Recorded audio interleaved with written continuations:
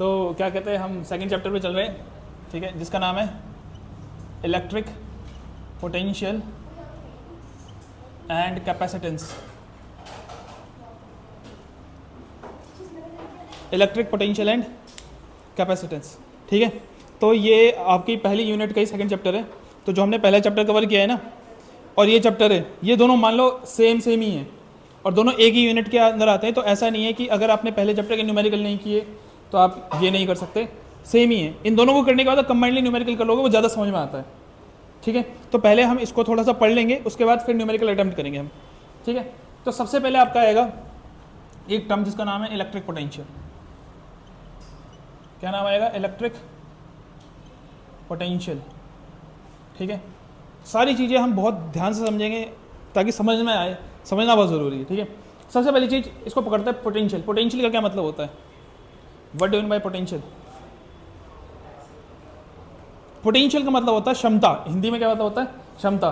जैसे कभी पीटीएम होती होगी तो टीचर बोलते नहीं कि बच्चे में बहुत पोटेंशियल है, बहुत अच्छा कर सकता है या कर सकती है, ठीक है, बट कर नहीं पा रही या कर नहीं पा रहा। तो पोटेंशियल का मतलब होता है क्षमता।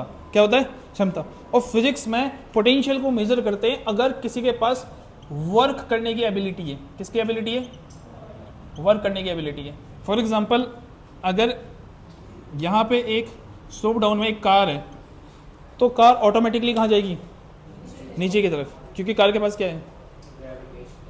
पोटेंशियल। और उसको हम एनर्जी का नाम भी दे देते हैं, पोटेंशियल एनर्जी। क्योंकि इसके पास पोटेंशियल है इसीलिए ही ये क्या कर पाता है? वर्क कर पाता है, ठीक है, कर पाती है, ठीक है। ये बात समझ में आ गई। तो पोटेंशियल को हमने कनेक्ट किया किससे? वर्क से। अगर कोई भी बॉडी वर्क कर सकती है तो उसका पोटेंशियल तो है, क्योंकि बिना पोटेंशियल के कोई चीज़ वर्क कर ही नहीं सकती है।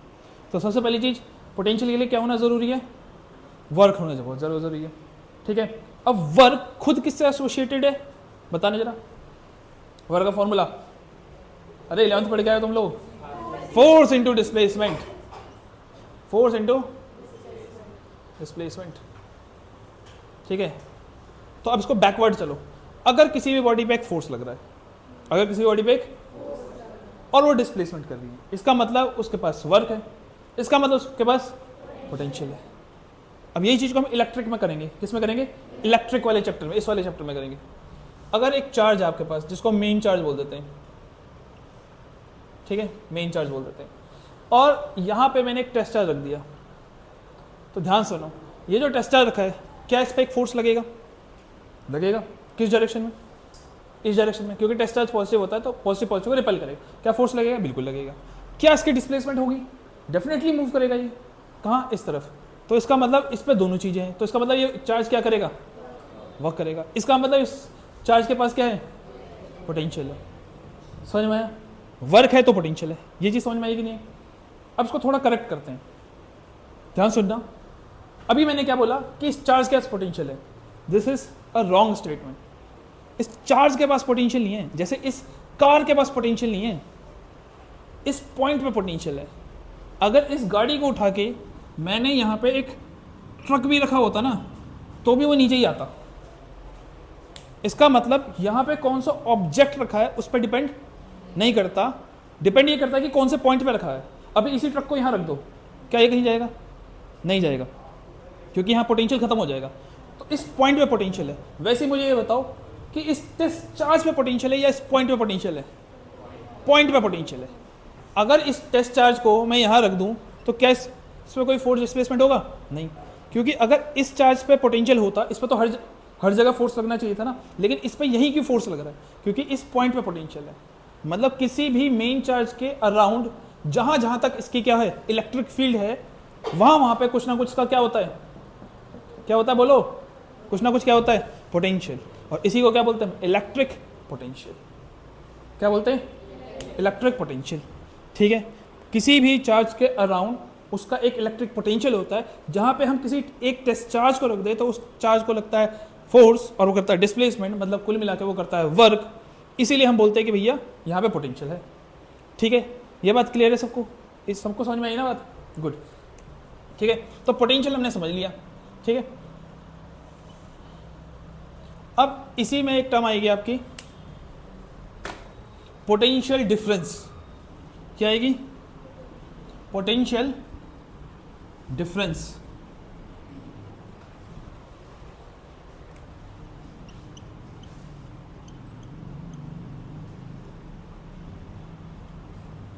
बताओ क्या फ़र्क है पोटेंशियल और पोटेंशियल डिफरेंस, क्या रिलेशन है दोनों में? दो पॉइंट्स के बीच में जो पोटेंशियल एनर्जी का डिफरेंस है। यस एग्जैक्टली, काइंड ऑफ बिल्कुल साइंस बना रहा है ये। अगर मैं एक ये स्लोप ले लूँ और एक ये स्लोप ले लूँ, ठीक है, एक कार को मैं यहाँ रख दूँ और एक कार को मैं यहाँ रख दूँ, ठीक है, तो आपके हिसाब से कौन ज़्यादा वर्क करेगा? ये वाला, ये वाला, ये वाला, क्योंकि इसके पास क्या ज़्यादा है? पोटेंशियल ज़्यादा है। लेकिन वो तो ग्राउंड के हिसाब से है ना, इसके हिसाब से जो इसका ज़्यादा है उसको क्या बोलेंगे? पोटेंशियल डिफरेंस ज़्यादा है। फॉर एग्जांपल अगर इसके पास 5 मीटर की हाइट थी, इसके पास 50 मीटर की हाइट है, तो कितना ज़्यादा है? 45 मीटर का पोटेंशियल क्या है? ज़्यादा है। तो जब ही हम दो डिफरेंट पोटेंशियल को कंपेयर करते हैं, उसी को हम बोलते हैं पोटेंशियल डिफरेंस। क्या बोलते हैं इसको हम? Potential difference. ये चीज़ समझ में आई? गुड। ये तो हमने लॉजिकल लैंग्वेज में कवर किया, अब इसको हम यहाँ पे भी कवर करेंगे। उससे पहले मैं आपसे एक क्वेश्चन पूछूंगा, वो आपको जवाब देना है, ठीक है? तो मान लेते हैं एक मेन चार्ज है, ठीक है, और ये यहाँ तक इसकी इलेक्ट्रिक फील्ड है, मतलब उसके बाद भी इलेक्ट्रिक फील्ड है, बट हम फिलहाल के लिए कंसिडरेशन कर लेते हैं, ठीक है? अब नाउ ये Q एक चार्ज है, इसको मैं यहाँ से यहाँ लेके आया। QB एक चार्ज है, इसको मैं यहाँ से यहाँ लेके आया। QC एक चार्ज है, इसको याद रखते हैं, QC एक चार्ज है, इसको मैं यहाँ से यहाँ लेके आया, ठीक है, और QD यहाँ मैं लेते हैं, QD एक चार्ज है, इसको मैं ऐसे घुमाते घुमाते घुमाते घुमाते घुमाते घुमाते घुमाते ऐसे लेके आया, ठीक है? तो टोटल 4 रास्ते हो गए, A B C D, यही 4 रास्ते हो गए। तो आपको मेरे को ये बताना है कि कौन से वाले चार्ज में जो वर्क किया है वो सबसे ज़्यादा है। चलो सोचो। इशिका जी A, चलो पीछे पूछ लेते हैं सबसे पहले, साथ है D। चलो तुमको जान के बहुत अच्छा लगेगा कि जितना वर्क किया है वो सारे इक्वल है। Work A equal to work B equal to work C equal to work D, ठीक है? सब में चार्ज क्या लगेगा? सेम ही लगेगा। अब क्यों ऐसा, क्यों? क्योंकि देखो वर्क काउंट होता है कि आपने उसकी एनर्जी में क्या चेंज लाया, उसकी एनर्जी में क्या चेंज लाया। अब जैसे मैं आपको एक एग्जांपल से बताता हूँ। अगर यहाँ पे एक मार्कर है, ठीक है, it will have some potential energy. इस मार्कर को मैं यहाँ ले आऊँ, क्या कुछ किया? क्या इसकी एनर्जी में कोई चेंज आया? तो क्या ये वर्क काउंट होना चाहिए? नहीं होना चाहिए, क्योंकि ये वर्क करने से इसकी एनर्जी में कोई चेंज, इसकी पोटेंशियल में कोई चेंज नहीं आ रहा। तो जब तक आप किसी भी चार्ज को इलेक्ट्रिक फील्ड के बाहर घुमा रहे हो ना, फिजिक्स बोलती है उसको मैं काउंट ही नहीं करूँगा, क्योंकि उस वर्क से सिस्टम में कोई फर्क नहीं पड़ा। सिस्टम में फर्क पड़ेगा जब आप इलेक्ट्रिक फील्ड के अंदर चार्ज को मूव करोगे। अब इलेक्ट्रिक फील्ड के अंदर देखो सबके सब ऑलमोस्ट सेम डिस्टेंस पे है कि नहीं है? सबके सब सेम डिस्टेंस पे। इसका मतलब सारे ही चार्ज, इस चार्ज को यहाँ लेके आओ, इस चार्ज को यहाँ लेके आओ, इस चार्ज को यहाँ लेके आओ, क्या सारे ही चार्ज पे सेम फोर्स नहीं लगेगा? सेम ही तो फोर्स लगाएगा ये। अब क्योंकि ये सब पे सेम फोर्स लगाएगा तो सबके सब चार्ज सेम वर्क करेंगे। तो किसी एक का भी पोटेंशियल ज़्यादा हुआ नहीं हुआ ना, सबका पोटेंशियल क्या हुआ? सेम ही हुआ। अब इतना वर्क करने से अगर सबका पोटेंशियल सेम ही आ रहा है तो वर्क को मैं डिफरेंट लूंगा ही नहीं, वर्क को मैं क्या लूंगा? सेम लूंगा। समझ में आया? अब अगर इसी में ना मैं इस A चार्ज को यहाँ पर रख लेता, B चार्ज को मैं यहाँ रख लेता, C चार्ज को मैं यहाँ रख लेता और D चार्ज को मैं यहाँ रखता। अब बताओ सबसे ज़्यादा वर्क अब कौन सा आएगा? है सबसे ज़्यादा वर्क, सबसे ज़्यादा वर्क उसका होगा जिसकी एनर्जी में सबसे ज़्यादा चेंज आ रहा है, जो सबसे ज़्यादा वर्क करेगा, जिस पर सबसे ज़्यादा पोटेंशियल है राइट नाउ। सबसे ज़्यादा पोटेंशियल किसके पास है अभी? अब देखो लॉजिकल लगाओ, सबसे ज़्यादा पोटेंशियल उसके पास होगा जो सबसे ज़्यादा वर्क करेगा। सबसे ज़्यादा वर्क वो करेगा जिस पर सबसे ज़्यादा फोर्स लगेगा। सबसे ज़्यादा फोर्स किस पे लग रहा है कि नहीं? यहाँ पे जब आप चार्ज रखोगे QD हो तो सबसे ज़्यादा फोर्स तो इसी में लगेगा क्योंकि सबसे क्लोज है, और सबसे ज़्यादा फोर्स भी लगेगा तो सबसे ज़्यादा वर्क भी यही करेगा। मतलब सबसे ज़्यादा पोटेंशियल अभी किसके पास है? D के पास है। ये बात समझ में आई? अब यही जो हमने कैलकुलेट किया ना, इसी को बोलते हैं इलेक्ट्रिक पोटेंशियल। क्या बोलते हैं इसको हम? Electric potential. इलेक्ट्रिकल पोटेंशियल वो होता है जब आप किसी चार्ज को कहीं इन्फिनिटी से लेके आ रहे होते हो। कहाँ से लेके आ रहे होते हो? इन्फिनिटी से, कहीं से भी लेके आओ और किसी एक पॉइंट पे लेके आ रहे होते हो। इलेक्ट्रिक फील्ड के अंदर। तो जैसे ही आप इलेक्ट्रिक फील्ड के अंदर किसी पॉइंट के अंदर ले जाते हो तो इस पर अपने आप ही एक पोटेंशियल आ जाता है, और उसका फॉर्मूला क्या होता है उसको, अच्छा इलेक्ट्रिक पोटेंशियल को V से दिखाते हैं, किससे दिखाते हैं, V से। इसका फॉर्मूला होता है work done per unit charge, work done per unit charge. समझ में आया? ये किसका फॉर्मूला है, पोटेंशियल का। किसका फॉर्मूला है, पोटेंशियल का। क्योंकि देखो अभी मैंने बताया पोटेंशियल को क्या करने का, पोटेंशियल को कैलकुलेट करने के लिए क्या चीज़ जरूरी है, वर्क। लेकिन अगर मैं चार्ज लूँ ही ना, और एक जगह मैं चार्ज ले लूँ 10 कूलाम और एक जगह मैं चार्ज ले लूँ 100 कूलाम, क्या ये गलत नहीं हो जाएगा? फिर दोनों का डिस्टेंस सेम कर दो तो दोनों का पोटेंशियल तो सेम आ जाएगा। अगर मैं चार्ज को लूँगा ही नहीं तो मेरे को क्या करना पड़ेगा कि भैया एक यूनिट चार्ज कितना वर्क कर रहा है, एक यूनिट चार्ज कितना वर्क कर रहा है। तो कुल मिला के पोटेंशियल का फॉर्मूला समझ में आया? क्या है पोटेंशियल का फॉर्मूला, V = W/Q। और अगर और अच्छी डेफिनेशन में जाओ तो होता है work done test charge. Test charge कितना वर्क कर रहा है उसी को पोटेंशियल बोलता है। अगर टेस्ट चार्ज ज़्यादा वर्क कर रहा है तो उसका पोटेंशियल भी क्या है, ज़्यादा है। अब टेस्ट चार्ज क्यों लिया है, मैंने आपको पिछले चैप्टर में बताया था क्यों लेता है टेस्ट चार्ज, ताकि हर बच्चे के लिए यूनिफॉर्मिटी आ जाए, बच्चा अपने हिसाब से चार्ज को चेंज ना कर पाए। हर किसी को टेस्ट चार्ज ही लेना पड़ेगा तो डेफिनेशन भी क्या रहेगी, सेम ही रहेगी। तो work done by test charge in an electric field is known as electric potential. ठीक है, ये बात समझ में आ गई, ये बात क्लियर है सबको?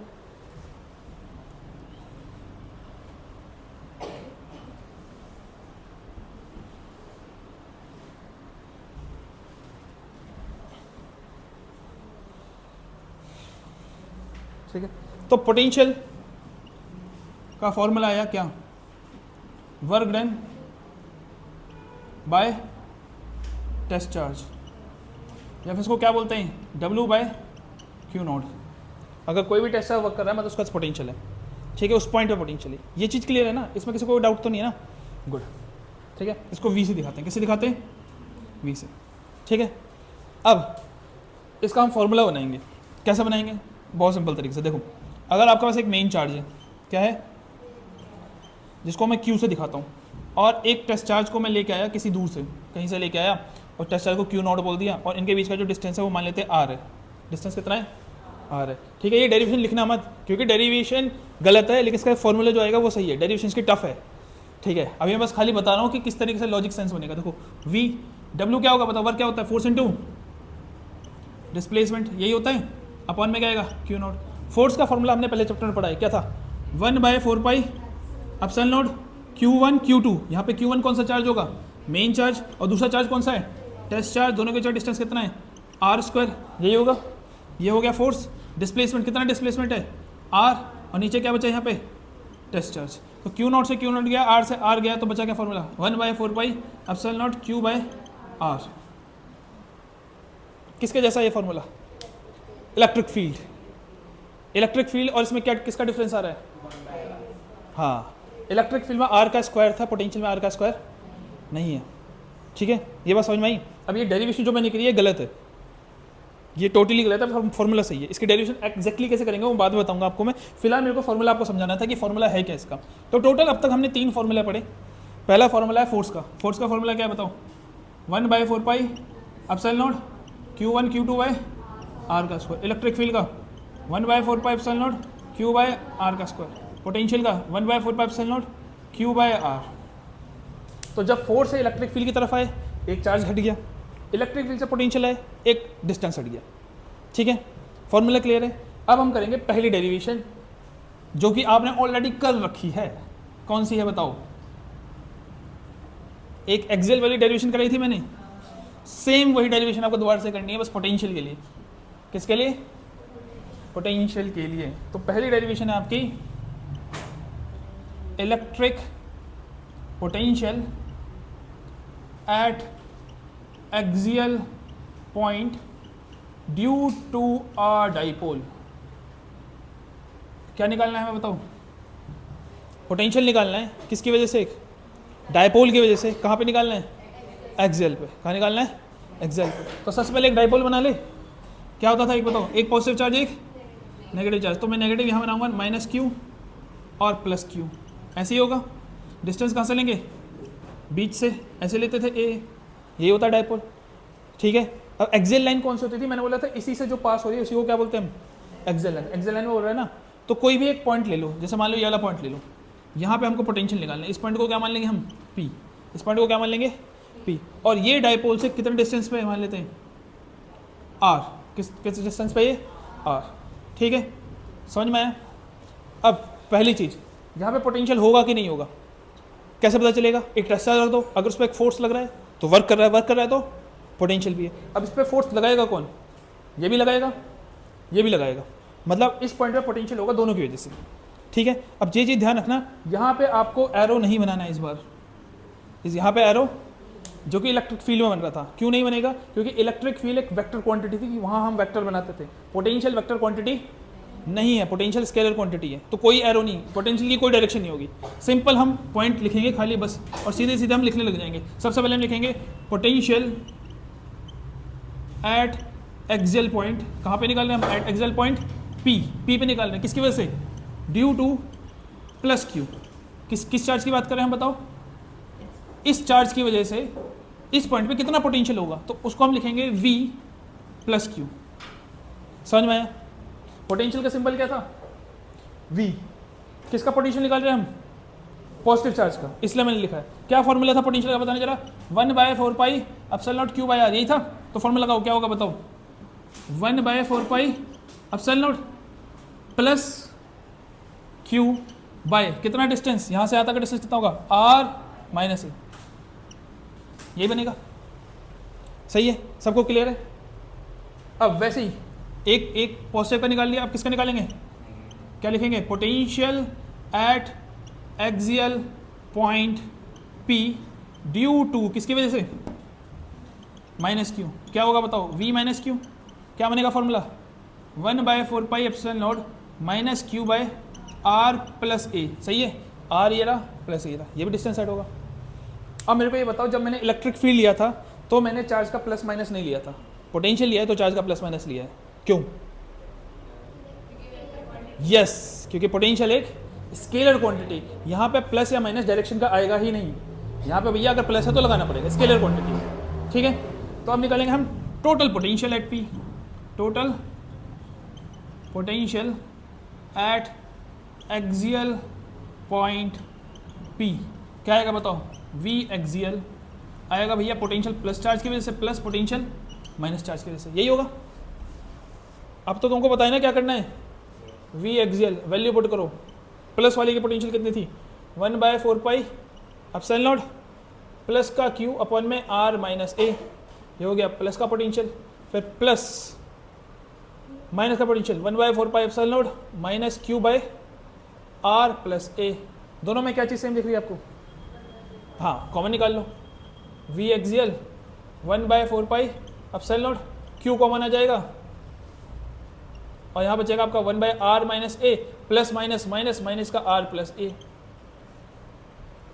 इसको सॉल्व करते जाओ बस आखिरी तक, वो तुम्हें आता है। LCM low, R plus A bracket में minus R minus A bracket में R का स्क्वायर माइनस ए का square 1/4 pi epsilon not Q R plus A minus का R प्लस का ए R square minus A square 1/4 pi epsilon not Q, R से R cut जाएगा, यहाँ बचेगा 2a R square minus ए square. और मुझे पता है कि Q इंटू 2a क्या होता है? P। Very good, 1/4 pi epsilon not P upon में R स्क्वायर माइनस ए स्क्वायर। यही आपकी एक्सेल में पोटेंशियल है। सिंपल हो गया। तभी मैंने बोला आपको वो डेरिवेशन आती है तो आपको ये भी आती है, इलेक्ट्रिक फील्ड की भी यही है। हाँ, जो नए बच्चे हैं ये ध्यान रखना, Q इंटू 2a डाइपोल होता है, चार्ज को जब डिस्टेंस से मल्टीप्लाई उसको डाइपोल मोमेंट बोलते हैं। यहाँ लिख भी देता हूँ, हियर Q इंटू में 2a इक्वल टू P, जिसको हम डाइपोल मोमेंट बोलते हैं।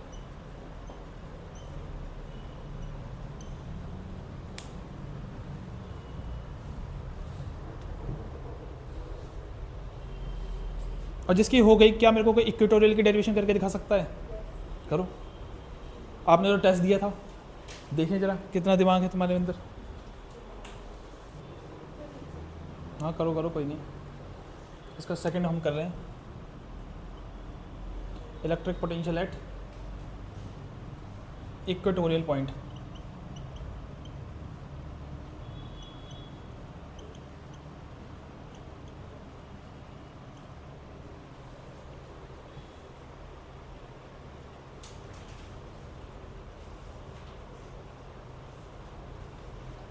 ठीक है, now I can erase it.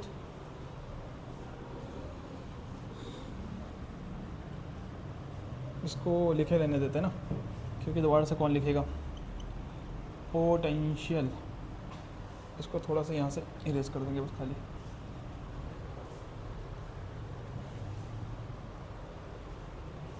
इधर वाला लिख रहे हो अभी?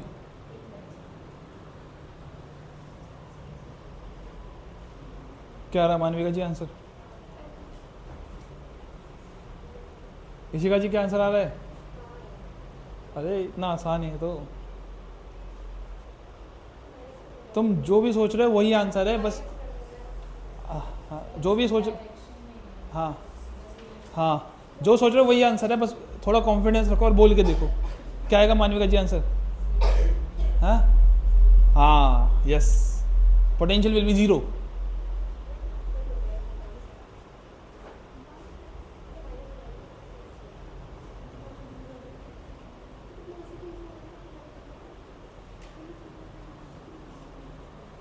ठीक है, अब तो इरेज कर दें।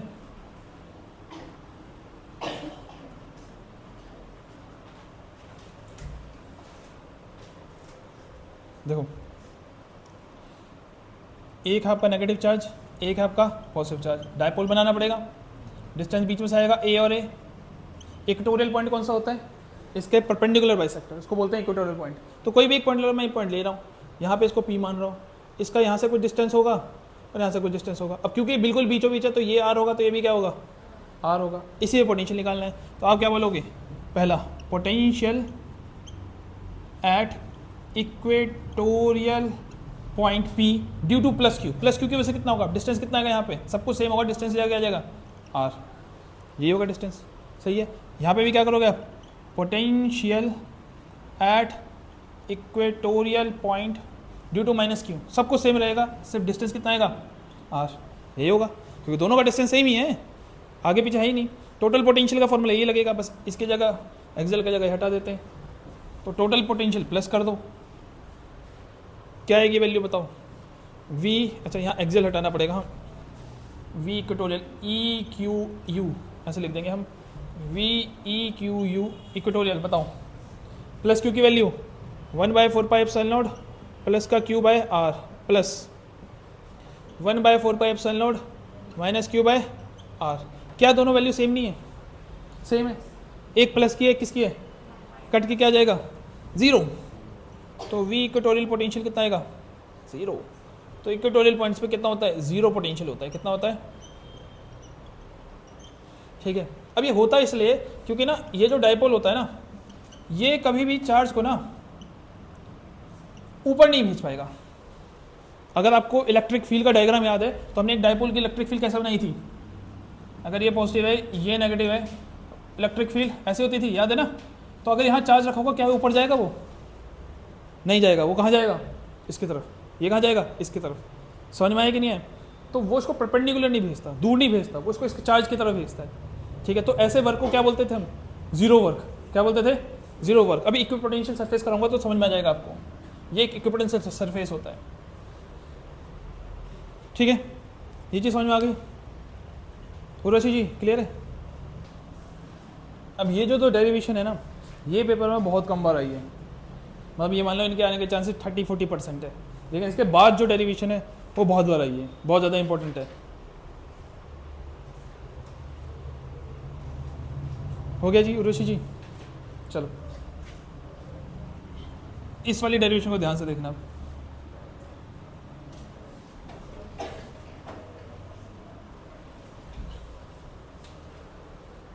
तो अब हम कर रहे हैं थर्ड डेरिवेशन, और मोस्ट प्रोबेबली हमारी लास्ट डेरिवेशन होगी आज की, क्योंकि तब तक टाइम ही हो जाएगा।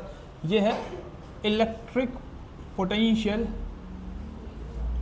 Eight any point due to a dipole. कहाँ पे निकालने के लिए बोल रहा है? एनी पॉइंट, ना एक्सियल ना इक्वेटोरियल, बोल रहा है किसी भी एक रैंडम पॉइंट पे निकाल के बताओ क्या आएगी। ठीक है, कैसे करेंगे? देखो, एक ले लेते हैं नेगेटिव चार्ज, फिर से एक ले लेते हैं पॉजिटिव चार्ज, क्योंकि डाइपोल तो बनाना ही पड़ेगा। डाइपोल की बोल रहे हैं, डिस्टेंस क्या होगा? ए और ए, यही होगा डिस्टेंस। ठीक है, अब ना मैं बिल्कुल सीधा ले सकता हूँ, क्योंकि बिल्कुल सीधा ले लूँगा तो इक्वेटोरियल हो जाएगा, ना बिल्कुल एक्सेल ले सकता हूँ, एक्सेल लूँगा तो वो एक्सेल हो जाएगा। मेरे को कोई भी एक रैंडम पॉइंट लेना चाहिए जो बिल्कुल सीधा होना चाहिए, ना बिल्कुल ऐसा होना चाहिए। तो कोई भी एक रैंडम पॉइंट ले लेते हैं, मान लेते हैं ये। अब ये ना एक्सेल है ना इक्वेटोरियल है, ये बात समझ में आ रही है। तो इस पॉइंट को मान लेते हैं पी, क्या मान लेते हैं पी। अब इस चार्ज से इसका डिस्टेंस और इस चार्ज से इसका डिस्टेंस, क्या ये दोनों डिस्टेंस सेम होंगे? नहीं होंगे। यहाँ दिख रहा है साफ साफ ये ज़्यादा, ये क्या है, ये कम है। ऑल दो मैं इसको अभी थोड़ी देर में डिनाई कर दूंगा, ठीक है, पर फिलहाल के लिए मान लेते हैं डिस्टेंस अलग अलग। ये हो गया R1, ये हो गया R2, सही है, ठीक है, ये चीज़ क्लियर है, गुड। और इसके डायपोल के बीच से जो डिस्टेंस है उसको मान लेते हैं R, क्या मान लेते हैं R, ठीक है, ये चीज़ समझ में आ गई। तो P पे पोटेंशियल निकालना पड़ेगा किसकी वजह से? माइनस की वजह से भी, और P पे पोटेंशियल निकालना पड़ेगा इसकी वजह से, प्लस की वजह से भी। तो पहले किसकी वजह से निकालें बताओ? माइनस की निकाल लें, लिखेंगे potential at point P due to minus Q, minus Q की चार्ज की वजह से निकाल रहे, तो कॉमा डलेगा V माइनस क्यू। क्या आएगा फॉर्मूला बताना जरा, क्या लिखूं? अरे बोलो जल्दी बोलो, फॉर्मूला क्या आएगा?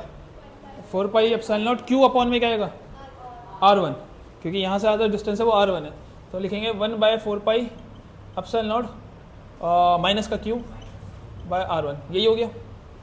फिर ऐसे ही प्लस की निकालेंगे, potential at point P due to plus Q, क्या आएगा बताना इसका formula? Yes, Q by R1 sorry R2, ये आएगा। तो टोटल पोटेंशियल नेट या total net potential at P कितना आएगा बताओ? V बोलेंगे इसको हम, V equal to V minus Q plus V plus Q, यही होगा टोटल पोटेंशियल। अब तक यही करते रहे, पोटेंशियल को प्लस कर दो, ठीक है। तो क्या आएगी वैल्यू, क्या है बताओ? 1/4 पाई एप्सिलॉन नॉट। एक काम करते हैं, प्लस क्यू को पहले लिखते हैं, नहीं तो ये माइनस वाला ना बाद में दिक्कत करेगा, माइनस वाले को बाद में लिखते हैं, कॉमन निकालना आसान होगा।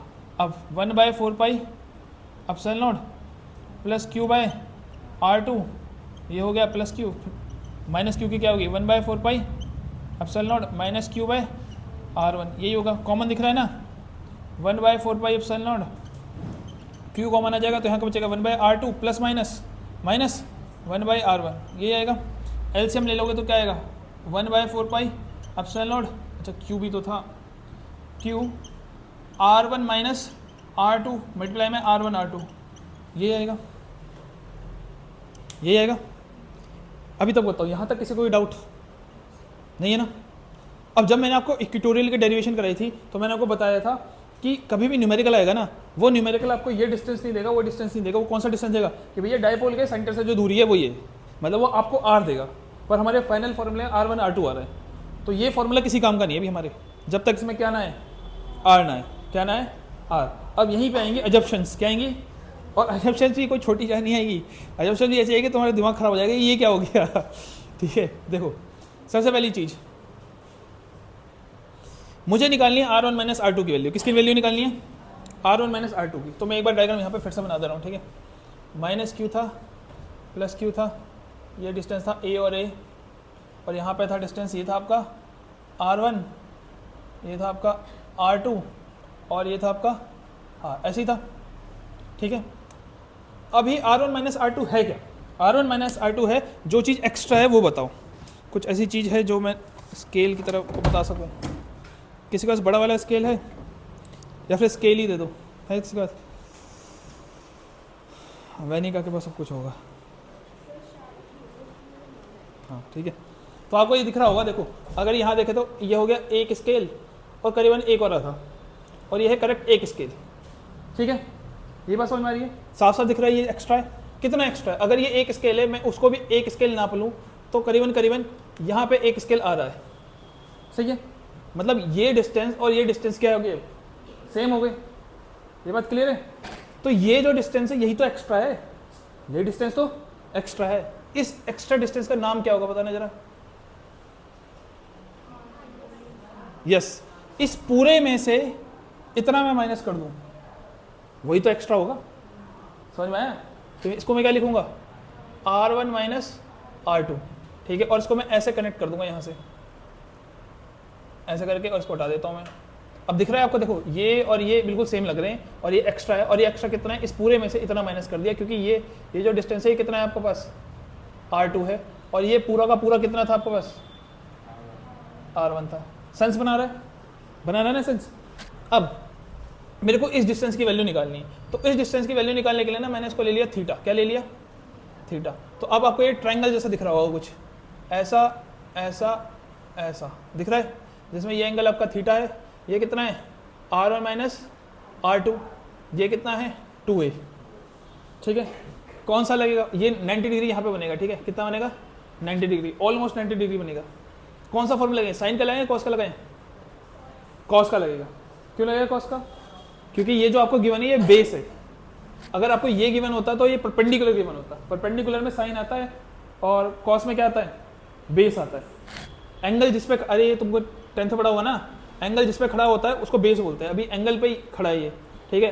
तो मैं यहाँ क्या करूँगा, यूजिंग कॉस थीटा, क्या आएगा बताओ, बेस अपॉन में हाइपोटेन्यूज। तो क्या आएगा कॉस थीटा, बताओ बेस क्या है आपके पास R1 माइनस R2 और हाइपोटेन्यूज क्या आएगा 2a। तो R1 माइनस R2 की वैल्यू क्या आ गई 2a कॉस थीटा, ठीक है। तो इसकी जगह तो मैं ये रख सकता हूँ, सही है। हाँ बोलो। हमें कैसे पता कि R1 माइनस R2 वाला और Q1 वाले जो एंगल्स के बीच में 90 डिग्री का एंगल है? मैं बता दूंगा अभी कैसे बनेगा, ठीक है, वो मैं बता दूंगा, उसकी टेंशन मत लो। अभी पहले एक और एजम्पशन तो सुनो, ठीक है। दूसरे एजम्पशंस जो कि बहुत खतरनाक है, व्हाट आर डायपोल, उसके लिए पहले आपको बताऊंगा डायपोल्स क्या होते हैं। हाँ वो तो हो गया, पर रियलिटी में डायपोल क्या होते हैं, मॉलिक्यूल्स जिसमें एक पॉजिटिव और एक नेगेटिव, जैसे HCl एक डायपोल है कि नहीं। अब एग्जैक्टली मेरे को बताओ कि जो HCl का मॉलिक्यूल होगा इसमें जो 2a होगा डिस्टेंस वो कितना होगा, दोबारा से बताते हैं, उर्वशी जी सुनानी। H प्लस Cl माइनस, जब ये इनका मॉलिक्यूल बनता है क्या इनके बीच में बहुत ज़्यादा डिस्टेंस होगा, नहीं ना। एटम्स बहुत माइन्यूट पार्टिकल्स होते हैं और जब एटम से मॉलिक्यूल बनते हैं वो भी बहुत ज़्यादा क्या होते हैं, माइन्यूट होते हैं, ठीक है। तो अगर मैं एक्चुअल में बनाने की कोशिश करूं एक मॉलिक्यूल का HCl को, तो मैं लेते ये H है और ये Cl है, ठीक है। इसमें मैंने इतना सा डिस्टेंस दिखा दिया, और ऑल दो इतना डिस्टेंस भी नहीं होगा, इससे भी बहुत छोटा होगा, फिर भी मैंने ये बना दिया, ठीक है।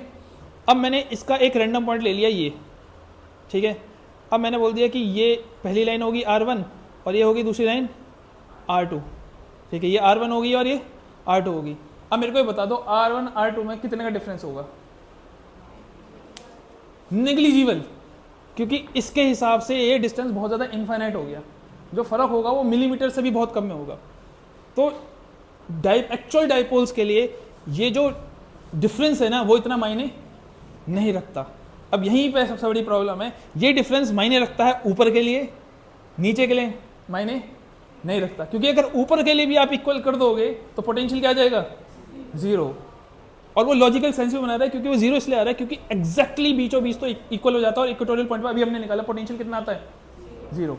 तो जब ये दोनों एग्जैक्टली इक्वल हो जाएंगे तो ये पॉइंट शिफ्ट हो जाएगा बिल्कुल बीच में और पोटेंशियल क्या आ जाएगा, जीरो। लेकिन क्योंकि अभी ये थोड़ा सा इधर है थोड़ा सा इधर है, तो इस चीज़ को हम क्या कर देते हैं, थोड़ा सा नेग्लेक्ट कर देते हैं। क्या कर देते हैं, नेग्लेक्ट, ठीक है। तो considering dipole is very very small as compared to distance, dipole बहुत छोटा है एज कम्पेयर टू डिस्टेंस, जो से डिस्टेंस मार्क किया है as compare to distance r। तो हम क्या बोल लेंगे कि भैया R1 आपका नियरली इक्वल होगा R2 के, जिसको नियरली इक्वल कर देंगे किसके इक्वल, R के इक्वल। मतलब इन तीनों ही डिस्टेंस को हमने क्या मान लिया, सेम ही मान लिया। क्या मान लिया, सेम ही मान लिया। लेकिन ये ध्यान रखना, ये हम सेम मान सकते हैं कब, जब आपका क्या हो, डायपोल क्या हो, बहुत स्मॉल हो एज कंपेयर टू जो आपने डिस्टेंस लिया है, कहाँ से, सेंटर से, तब आप ये केस ले सकते हो और इसको जस्टिफाई भी करेंगे, ठीक है। तो अब क्या आ जाएगा बताओ पोटेंशियल का फॉर्मूला, देन ये हमारी इक्वेशन आई थी 1, ये थी हमारे पास 2 और ये हमारे पास 3 थी। तो करेंगे using second and third in 1, तो क्या आएगा, v इक्वल टू क्या जाएगा बताओ, 1/4 pi epsilon not q, R1 minus R2 की वैल्यू 2a cos थीटा और यहाँ पे R1 R2 की वैल्यू R स्क्वायर, यही आएगा क्योंकि R1 भी आ रहा है R2 भी आ रहा है, नहीं तो R और R लिख देते हैं पहले हम, R और R। तो क्या जाएगा v equal to 1/4 pi epsilon not q into 2a क्या होता है हाँ very good, P cos theta by R का स्क्वायर, और यही आपका फॉर्मूला है एट एनी पॉइंट का। अब देखो इसको जस्टिफाई करते हैं हम पहले, ठीक है। चलो वी एक्सियल क्या आई थी बताओ, 1/4πε0 यही था, और ऊपर क्या था P, और नीचे क्या था r² माइनस a², यही था। ऊपर और कुछ भी था क्या, नहीं था ना, और ऊपर यही था ना। अब उसमें और इसमें किस चीज़ का फर्क दिख रहा है आपको बताओ, उसमें cos थीटा है, इसमें cos थीटा नहीं है। उसमें r² है, इसमें r² माइनस a² है। लेकिन मैंने आपको क्या बोला था, अगर मैं डाइपोल को बहुत छोटा छोटा मान लूँ एज कम्पेयर टू डिस्टेंस, अगर ये डाइपोल बहुत छोटा है एज कम्पेयर टू डिस्टेंस, अब एक्सियल के लिए बनाऊँ प्लस क्यू माइनस क्यू, बीच से डिस्टेंस था ए और ए, और मैं डाइपोल को बहुत छोटा मान लूँ और एक्सियल पॉइंट ले लूँ यहाँ आर, ठीक है। क्या क्या समझ में आया आपको, मैंने एक्सियल पॉइंट लिया है आर जो कि बहुत ज़्यादा दूर है एज कम्पेयर टू डिस्टेंस, मैंने वो वाला केस ले लिया। अब जब वो वाला केस ले लिया तो मेरे को यहाँ पे ए को क्या करना चाहिए, नेग्लेक्ट कर देना चाहिए, समझ में आया। तो वी एक्सियल क्या आ जाएगा बताओ, 1/4πε0 पी अपॉन में आर का स्क्वायर, थोड़ा उसके क्लोज आ गया। देखो अगर दोनों का केस सेम है तो फॉर्मूला क्या बनेगा, सेम बनना चाहिए, तभी लॉजिकल है। दोनों का केस सेम है, दोनों में स्मॉल डाइपोल है, तो अब एक ही चीज़ की गड़बड़ आ रही है, वहाँ cos थीटा यहाँ cos थीटा नहीं है। अब cos थीटा कौन सा एंगल था बताओ, थीटा कौन सा एंगल था, ये वाला या फिर ये वाला, क्योंकि ऑलमोस्ट पैरेलल लाइन बना लिया हमने, तो यहाँ पे थीटा कौन सा एंगल होगा, ये वाला, ऑलमोस्ट पैरेलल ही होंगे वो, ये वाला या ये वाला, यही होगा। तो यहाँ पे थीटा कितना आएगा बताने जरा उस हिसाब से, ये जो आर था ये ऐसे हो गया, तो कितना एंगल है 0, और cos 0 क्या होता है 1, तो यहाँ पे अगर आप 1 लिख के उसको cos थीटा कर दो तो बनने गया एग्जैक्टली सेम फॉर्मूला, या फिर उसको cos 0 करके 1 कर दो, ये बन गया फॉर्मूला। तो वो फॉर्मूला एक्सियल में भी लग सकता है और वो फॉर्मूला किस में भी लग सकता है, इक्वेटोरियल में भी लग सकता है, लेकिन एक कंडीशन सेटिस्फाई होनी चाहिए, कौन सी, तो डाइपोल क्या होना चाहिए, बहुत ज़्यादा स्मॉल होना चाहिए कंपेयर टू द डिस्टेंस, तब वो फॉर्मूला वैलिड है। तो डेरिवेशन गलत नहीं है, अजप्शंस भी गलत नहीं है, बस उसने बोला है कि अजप्शन माननी तब है जब डाइपोल क्या हो, बहुत ज़्यादा शॉर्ट हो, ठीक है। दोनों जगह फॉर्मूला लग जाएगा वो। चलो करो इसको,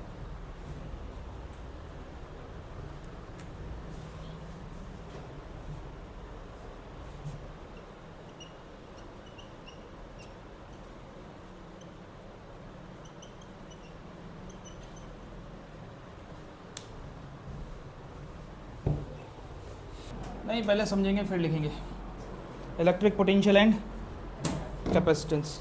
तो एक टॉपिक हमको करना है आज, potential energy of a dipole in uniform electric field.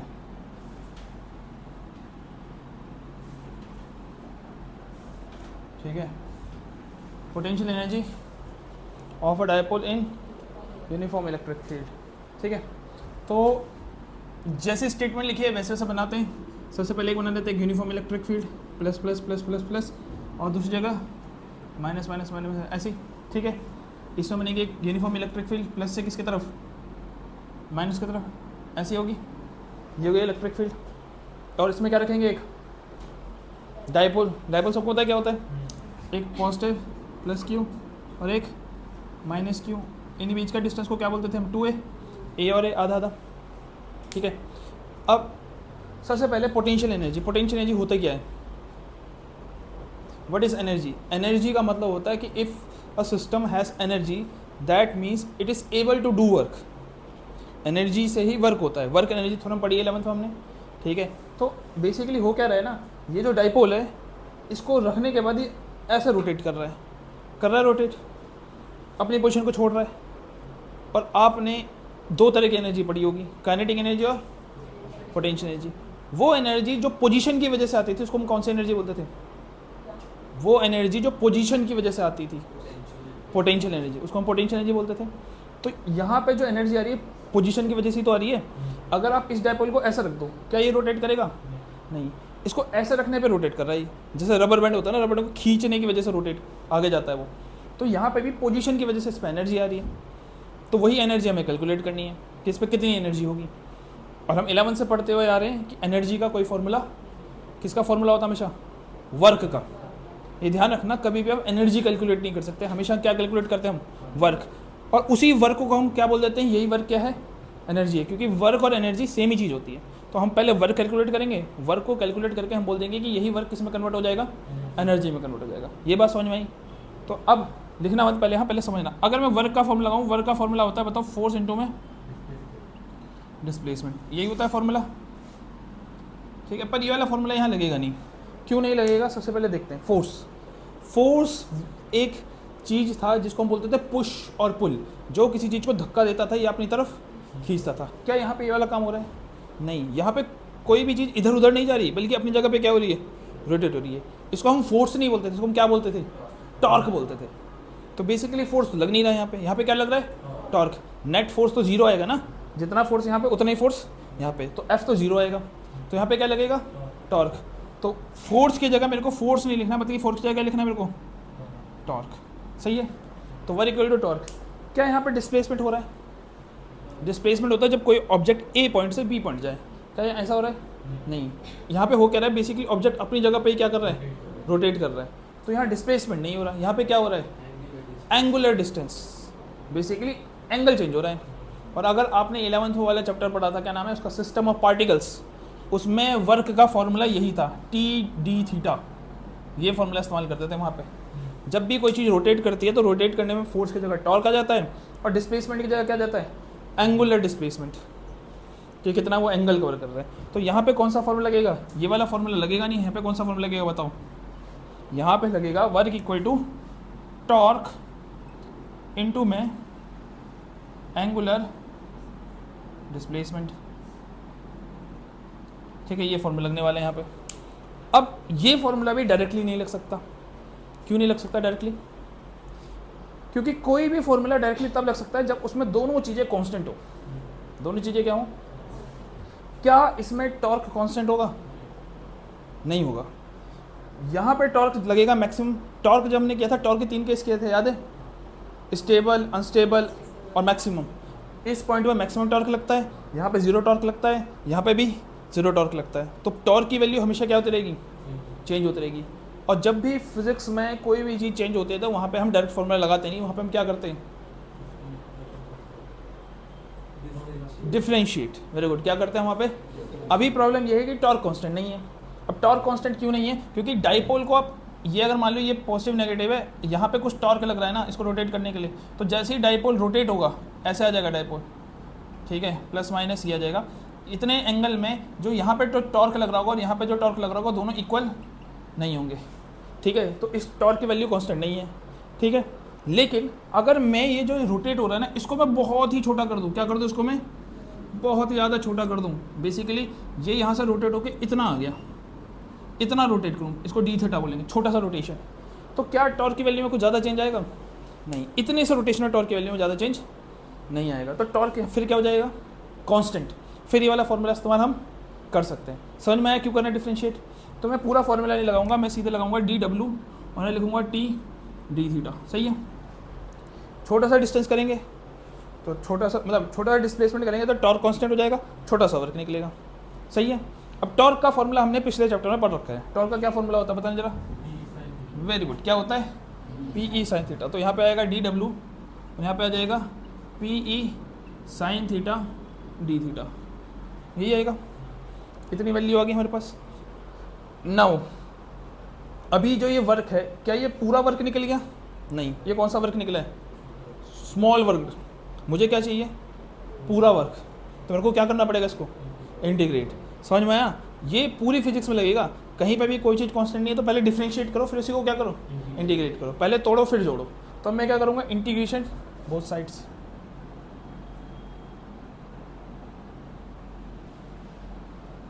तो यहाँ पे आएगा इंटीग्रेशन ऑफ डी डब्ल्यू और यहाँ पे इंटीग्रेशन आएगा किसका? P E sine theta D theta का इंटीग्रेशन, ठीक है। और जब भी हम इंटीग्रेशन करते हैं हम लिमिट डालते हैं, कहाँ से कहाँ तक जोड़ना है। तो यहाँ पे कुछ भी वर्क नहीं था, कुछ वर्क होने लग गया। यहाँ पे कुछ एंगल पे था डाइपोल, ये कुछ भी एंगल होगा मुझे नहीं पता, थीटा 1, और किसी दूसरे एंगल पे चले गया जिसको बोलेंगे थीटा 2, ठीक है।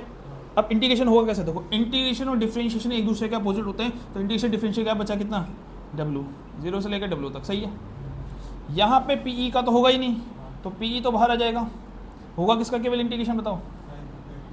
साइन थीटा डी थीटा का, इसी का होगा इंटीग्रेशन, ठीक है। तो यहाँ पे तो डब्ल्यू आ जाएगा, डब्ल्यू माइनस 0, ये का upper limit minus lower limit, P sine का इंटीग्रेशन होता है माइनस का कॉस थीटा। जो बायो वाले हैं बच्चों आपको याद करना पड़ेगा, साइन का इंटीग्रेशन क्या होता है माइनस कॉस थीटा। माइनस को मैं बाहर निकाल देता हूँ तो माइनस का पीई क्या आ जाएगा कॉस थीटा, एक बार लोअर लिमिट थीटा 1, एक बार लिमिट थीटा 2, सही है। इसके बाद डब्लू क्या आएगा बताओ, माइनस का पीई एक बार आएगा कॉस थीटा की जगह theta 2, cos theta 2 minus cos theta 1, सही है। अब ये जो माइनस है इसको मल्टीप्लाई कर देंगे तो डब्लू क्या आ जाएगा बताना जरा, पीई ये आगे चले जाएगा ये पीछे जाएगा, cos theta 1 minus cos theta 2। तो इतना वर्क लगा और यही वर्क किस में कन्वर्ट होगा, एनर्जी में। This work is converted into potential energy, यही वर्क पोटेंशियल एनर्जी में कन्वर्ट हो जाएगा। तो इसको हम यू से डिनोट करते हैं। यू इक्वल टू क्या आ गया माइनस, यू इक्वल टू आ गया आपका P E cos theta 1 minus cos theta 2, सही है। इसमें थीटा 1 क्या होगा, इनिशियल एंगल, पहले किस एंगल पे था, और थीटा 2 क्या होगा, फाइनल एंगल। बाकी तो पता है ना, पी क्या है डायपोल मोमेंट, ई क्या है इलेक्ट्रिक फील्ड, सिंपल यही फॉर्मूला है पोटेंशियल एनर्जी का। करो इसको, फिर केसेस करते हैं इसके।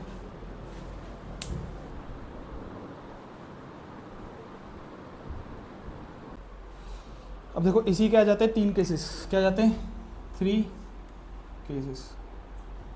कौन से 3 केस आएंगे किसी को पता है? हाँ वही जो हमने वहाँ पे गए थे, स्टेबल अनस्टेबल और ज़ीरो पोटेंशियल एनर्जी। यहाँ पे मैक्स नहीं आता, यहाँ पे ज़ीरो आता है। सबसे ज़रूरी चीज़ है ना इसमें, आपको देखो फॉर्मूले में देखेंगे तो हम क्या लग रहा है हमें, यू इक्वल टू क्या है P cos theta 1 minus cos theta 2, कुछ इनिशियल एंगल होगा और कुछ क्या होगा फाइनल एंगल। ये बात सबको समझ में आ रही है।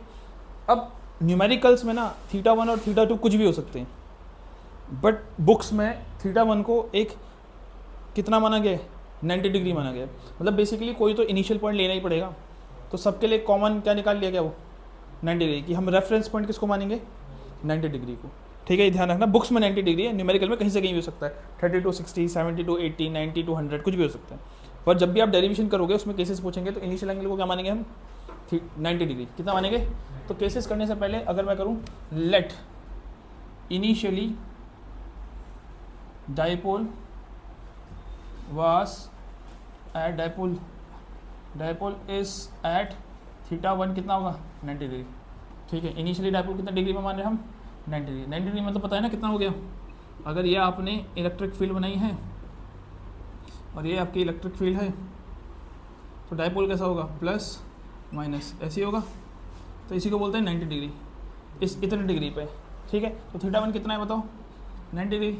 तो फिर फॉर्मूला क्या बन जाएगा देन यू इक्वल टू क्या था P E cos theta 1 minus cos theta 2, यही था। थीटा 1 कितना आएगा यहाँ पे बताने जरा, हाँ कॉस 90 कितना आ जाएगा, और कॉस 90 कितना होता पता है 1 नहीं होता बेटा, कॉस 90 होता है 0। मैथ्स का लड़का बच्चा है ना तू, तब भी थीटा 2 हम लोग क्या बहुत छोटा सा लेंगे तो 90.0001। अभी थीटा 2 माना ही नहीं ना कुछ ना, तो यहाँ पे क्या आएगा 0 माइनस कॉस थीटा 2। तो यू ही कितना आ गया माइनस का पी कॉस थीटा 2, ठीक है। ये बात समझ गए। इनिशियल एंगल जब 90 माना तब ये फॉर्मूला बन रहा है, ठीक है। ये बात समझ में आ गई, इतनी चीज़ समझ में आ गई, ठीक है। अब चलते हैं केसेस पे, इसको मिटो देते हैं।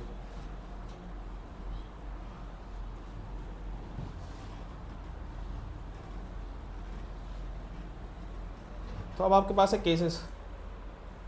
पहला केस आएगा कौन सा वाला पहले बताओ, स्टेबल इक्विलिब्रियम। कौन सा वाला स्टेबल इक्विलिब्रियम याद है? इसमें पॉजिटिव की तरफ नेगेटिव रहता है, नेगेटिव की तरफ पॉजिटिव, हाँ minus Q plus Q.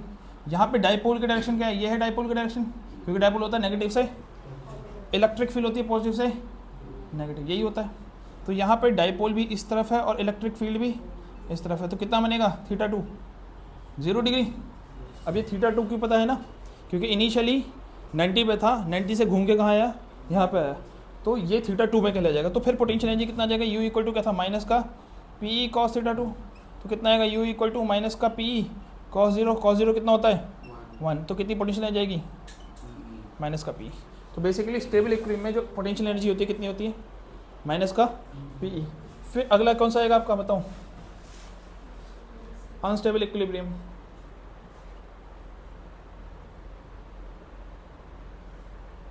Unstable equilibrium में क्या होगा बताना जरा, plus plus plus plus plus, हाँ very good, positive charge positive की तरफ, नेगेटिव चार्ज नेगेटिव की तरफ। इस बार डाइपोल इलेक्ट्रिक फील्ड तो इधर है, डाइपोल अपोजिट है कि नहीं, तो इस बार देखोगे डाइपोल इधर नहीं, इलेक्ट्रिक फील्ड इधर है और डाइपोल इधर है।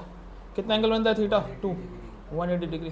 तो यू कितना आएगा, माइनस का पी कॉस 180 डिग्री। कॉस 180 कितना होता है, वेरी गुड, कितना होता है, -1, माइनस माइनस प्लस, तो पोटेंशियल एनर्जी कितनी आ जाएगी, पी।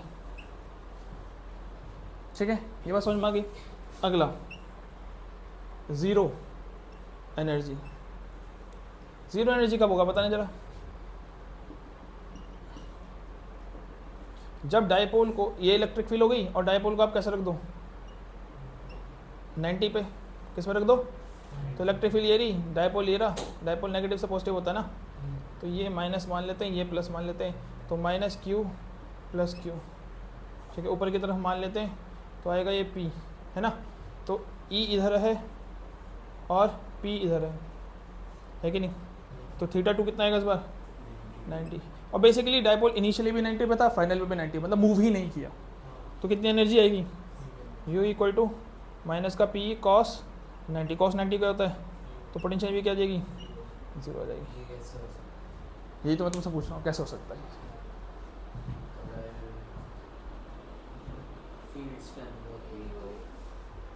अच्छा, इसका मतलब समझ में आया, देखो मतलब क्या समझ में आया तुम्हें, एनर्जी का मतलब होता है एबिलिटी टू डू वर्क। क्या होता है, ability to do the work. ये बोलता है कि इस पोजीशन पे, इस पे 0 एनर्जी है, तो क्या इसका मतलब है कि ये वर्क नहीं करेगा, यहाँ पे करेगा कि नहीं करेगा वर्क है, अरे करेगा क्यों नहीं करेगा, डेफिनेटली करेगा। डायपोल रोटेट होगा कि नहीं होगा, तुम खुद बताओ ना। इसी पॉइंट पे तो मैक्सिमम टॉर्क लग रहा था, टॉर्क की वजह से रोटेट करेगा, तो वर्क तो होगा, लेकिन एनर्जी 0 आ रही है, क्यों, घूम फिर के यहीं आएगा वापस से 90 डिग्री पे। अब लड़की पॉजिटिव नेगेटिव तरफ जाएगा, नेगेटिव पॉजिटिव की तरफ, वहाँ रुकेगा ये, तो ऐसे ऐसे हो जाएगा ये, डिस्प्लेसमेंट भी होगी। अरे क्योंकि तुमने ना यहाँ गौर नहीं किया कि ये जो स्टेबल इक्विलिब्रियम है ना, जिसमें डायपोल रहना चाहता है, उसमें जो पोटेंशियल एनर्जी है वो कौन सी वाली है, माइनस की है। किसकी है, माइनस की। अब मैं तुमसे पूछूं -5 छोटा है या 0 छोटा है, -5 छोटा है, -5 छोटा है। तो बेसिकली 0 का मतलब ये नहीं है कि इस पर एनर्जी है ही नहीं, 0 का मतलब इस पर एनर्जी है। कितनी एनर्जी है, प्लस की 5। ठीक है, ये अभी और कम एनर्जी पे जा सकता है। कितनी एनर्जी पे जा सकता है, -5। तो यहाँ पे 0 दिखने का मतलब ये नहीं कि एनर्जी है ही नहीं, इसका मतलब इसमें एनर्जी है। ये जैसे ही रोटेट होगा ये कहाँ शिफ्ट हो जाएगा, यहाँ पे -5 पे। ठीक है, और अगर यहाँ जाएगा तो +5 पे। ठीक है कि नहीं, ठीक है। एंड इस पे एनर्जी है, इस पे भी एनर्जी है, इस पे एनर्जी देनी पड़ेगी। 0 equilibrium.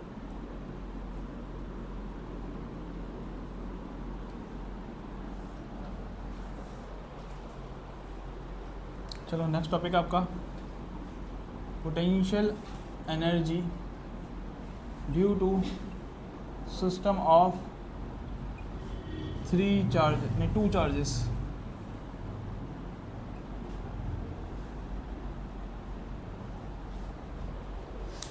Potential energy due to system of 2 charges.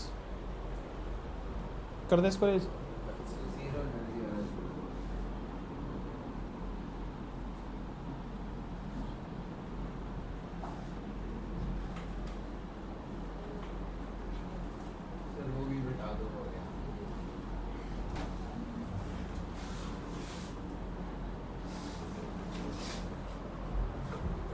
चलो जी, देखो मान लेते हैं आपके पास 2 चार्जेस है। क्या है, 2 चार्जेस है। ठीक है, एक चार्ज आया Q1।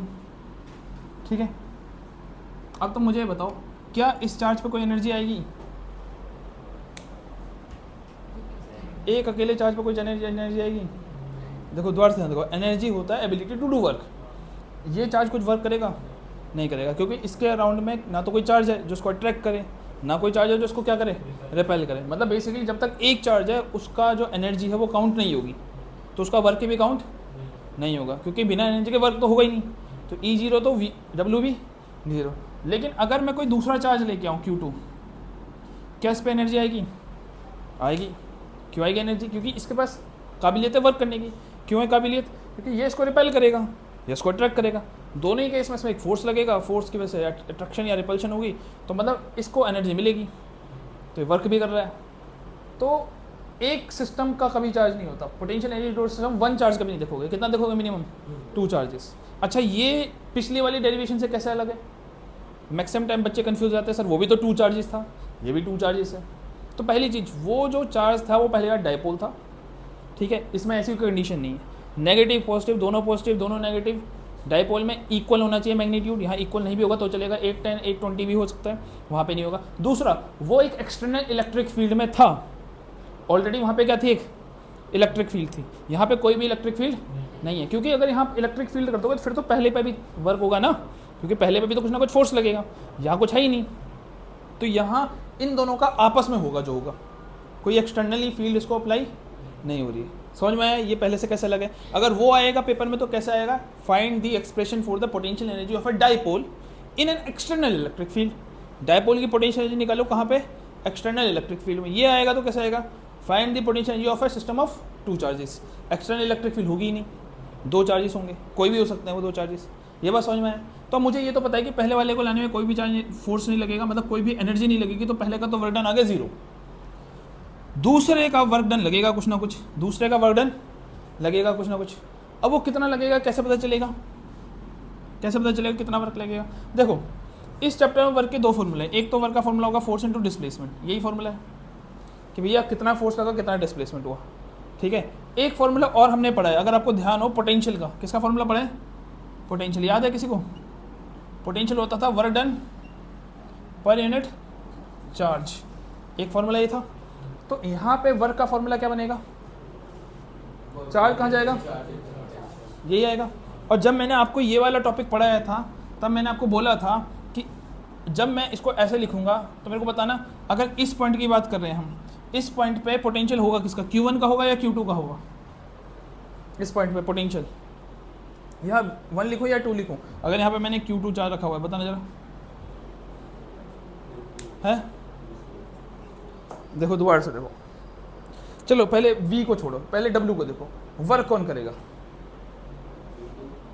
है Q1 या Q2? Q2, यही मूव होगा ना, इस पर फोर्स लगेगा। समझ में आएगी नहीं आई?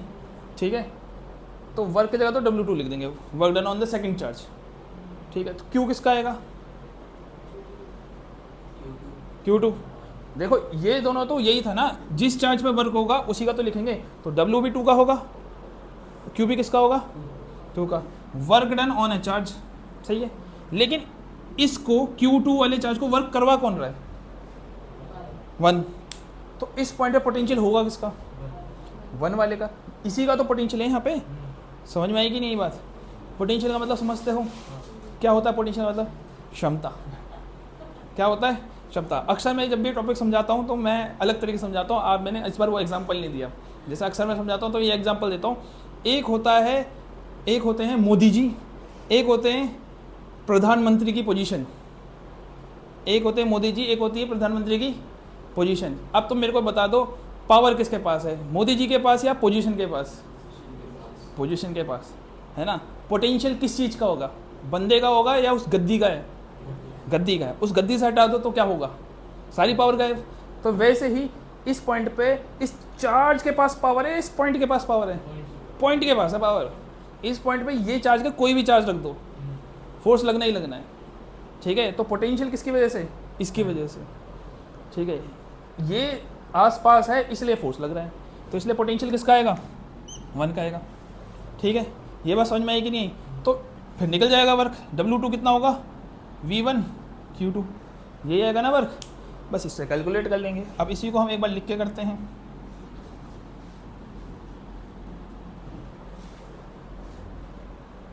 ठीक है, तो जब हम पहला चार्ज लेके आएंगे इन्फिनिटी से Q1, तो मैं बोलूँगा work done in bringing Q1 charge from infinity, writing बहुत बेकार हो गई है। W1 क्या आएगा 0, सही है। फिर दूसरा चार्ज को लेके आएंगे इन्फिनिटी से, Q2 कितने डिस्टेंस पे, R के डिस्टेंस पे मान लेते हैं, ठीक है, इन्फिनिटी हो गया। तो मैं लिखूंगा work done in bringing Q2 charge from infinity to a point R, R distance पे ले आए ना हम। अब इसको और भी अच्छे इंग्लिश में लिख सकते थे, फिलहाल हम उस पर ध्यान देंगे नहीं इंग्लिश पे, ठीक है। कितना होगा बताओ, क्या फॉर्मूला था,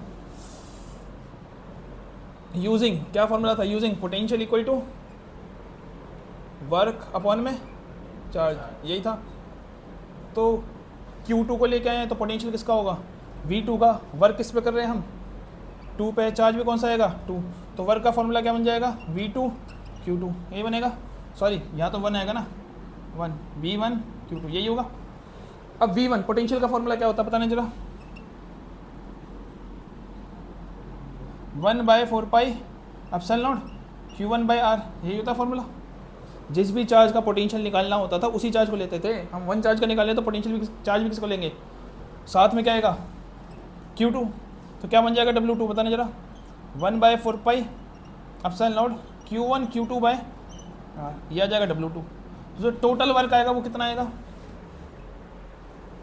टोटल वर्क होगा कितना बताओ, W1 प्लस W2, तो W1 कितना होगा 0, W2 कितना आया 1/4 pi epsilon naught Q1 Q2/R, तो टोटल वर्क आ जाएगा कितना आएगा 1/4 pi epsilon naught Q1 Q2/R, और यही वर्क किस में कन्वर्ट होगा, एनर्जी में।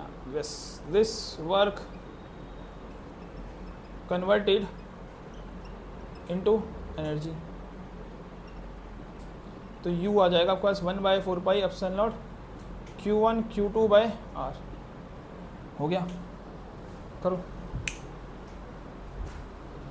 इसके बाद आपका एक टॉपिक आता है, वो टॉपिक करने से पहले हम एक चीज़ समझते हैं। अब तक हमारे पास 2 चार्जेस आ गए हैं, Q1 एंड Q2, ये 2 चार्जेस हैं, सही है।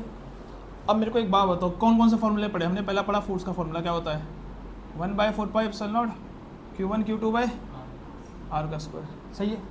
फिर पढ़ा इलेक्ट्रिक फील्ड का क्या फॉर्मूला है, 1/4 पाई एप्सिलॉन नॉट Q/R का स्क्वायर। फिर पढ़ा हमने पोटेंशियल का formula 1/4 pi epsilon not Q/R। फिर हमने पढ़ा पोटेंशियल एनर्जी का formula 1/4 pi epsilon naught Q1 Q2/R। कोई भी 2 फॉर्मूले एग्जैक्टली सेम नहीं है, थोड़ा थोड़ा डिफरेंस है। इसमें R स्क्वायर था, 2 चार्जेस थे, 2 चार्जेस से एक चार्ज बन गया, एक चार्जेस से फिर जो स्क्वायर था वो डिस्टेंस हट गया, फिर वो चार्ज वापस भी आ गया, डिस्टेंस वही रहा। तो ये 4 फॉर्मूले काफ़ी कंफ्यूज करते हैं बच्चों को, तो इस पर ध्यान रखना, चारों अलग अलग चीज़ें हैं।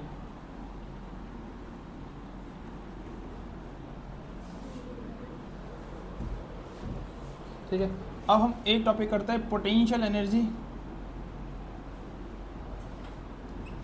Due to system of 3 charges, 3 charges की पोटेंशियल एनर्जी।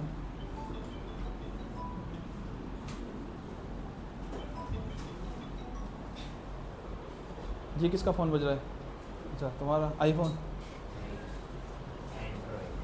अच्छा नया वाला फ़ोन। चलो, potential energy system of 3 charges समझ लेंगे, करना तो ईजी है, सेम वैसे ही होगा।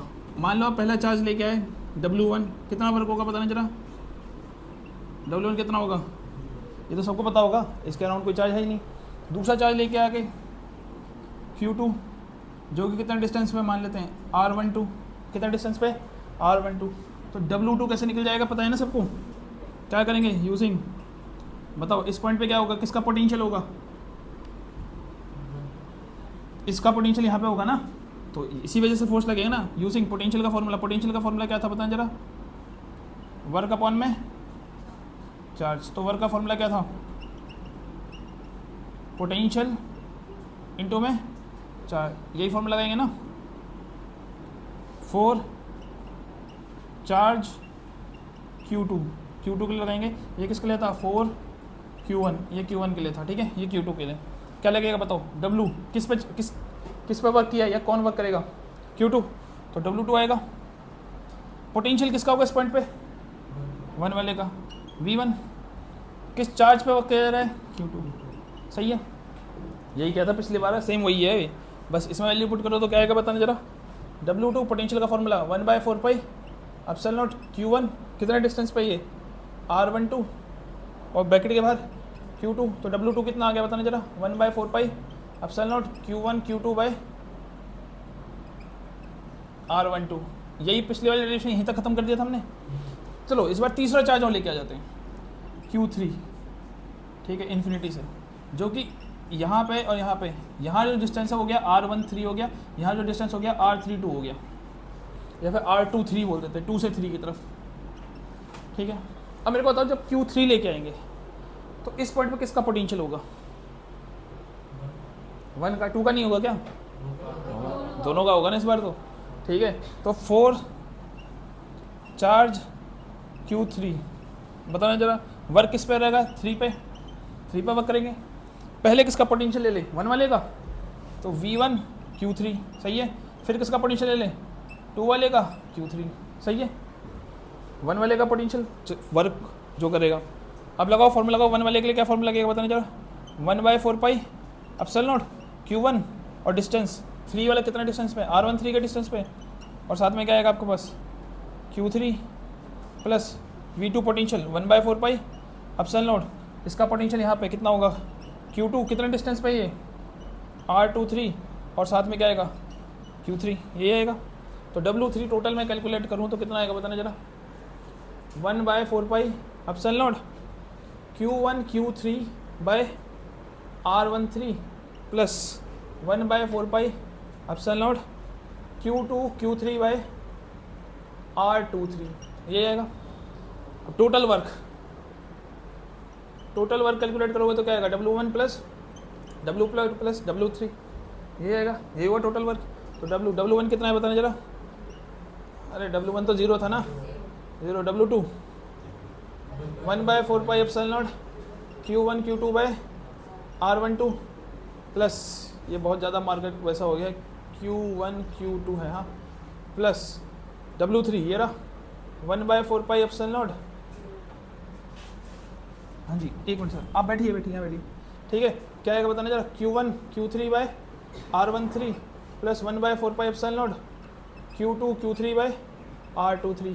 कुछ चीज़ कॉमन दिख रही है, क्या चीज़, हाँ 1/4 पाई एप्सिलॉन नॉट, Q कहाँ कॉमन दिख रहा है, एक में आएगा Q1 Q2 R12, फिर आएगा Q1 Q3 R13 plus Q2 Q3 by R23।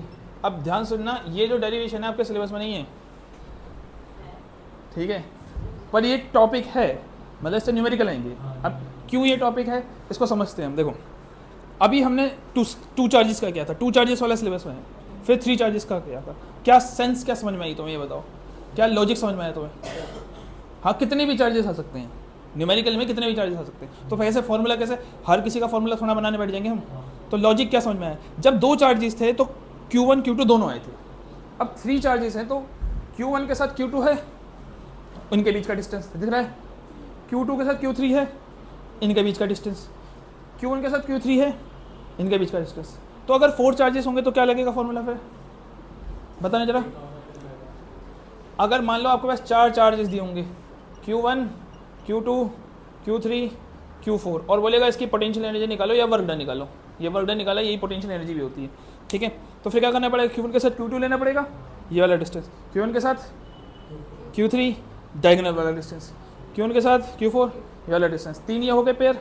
फिर Q2 के साथ Q3 ये वाला डिस्टेंस, Q2 के साथ Q4 ये वाला डिस्टेंस, फिर Q3 के साथ Q4, हो गए सारे पेयर बस।